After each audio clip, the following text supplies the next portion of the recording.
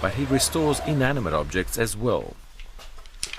This artifact from Papua New Guinea has been sent to George by a client who wants to have it restored.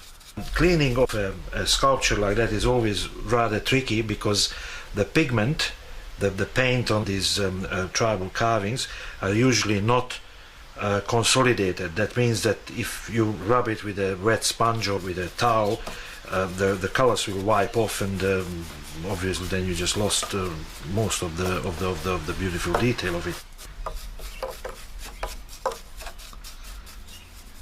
George uses a soft brush to gently dry the artifact. He then removes as much dust as possible without harming it. A properly restored object does not necessarily mean it will look brand new. A good restoration on an artifact like that is when you can't see any sign of it at all. So if I would turn this into a beautiful gleaming and shiny new looking thing, it would mean that I ruined it. To fix up the damage on these pigs' tusks, George must establish which type of glue was originally used. It was most probably a tree resin that George tries to match. He notes the whole procedure for each restoration work and then attaches it to the object for future reference.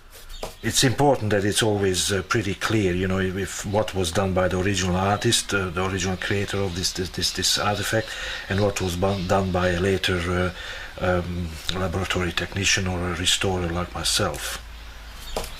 When it's finished, it shouldn't look like it was never touched by me.